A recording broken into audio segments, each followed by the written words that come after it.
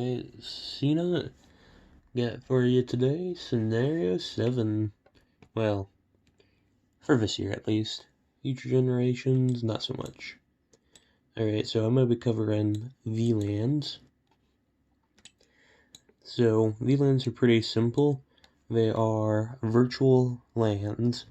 So you can configure these on a switch to segment a network without actually having to physically segment it, which is why it's called a virtual LAN.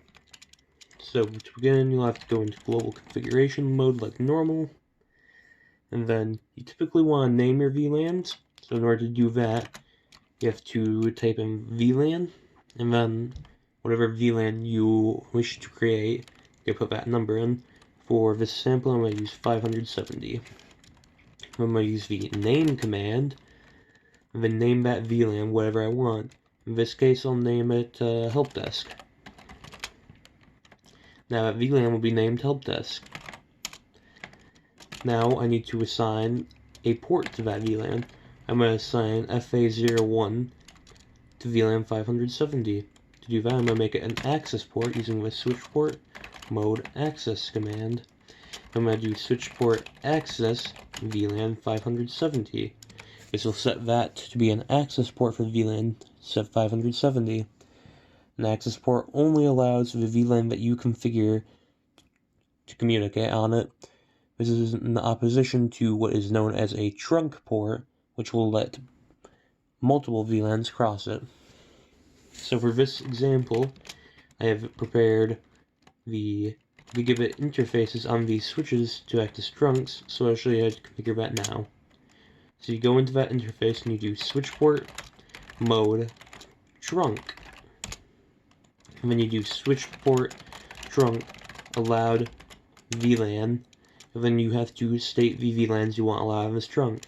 In this case, we just have VLAN 570, but in situations where you have more VLANs, you might do something like 20, 40, 50, 60, and they'll have to be separated by commas. And that will define what VLANs are allowed on that trunk link. The next major part of VLANs are switch virtual interfaces. And I gotta power on this switch real quick.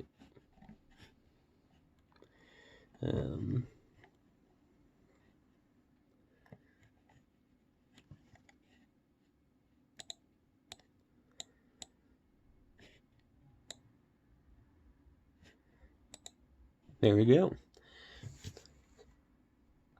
Just gotta wait for it to load up now.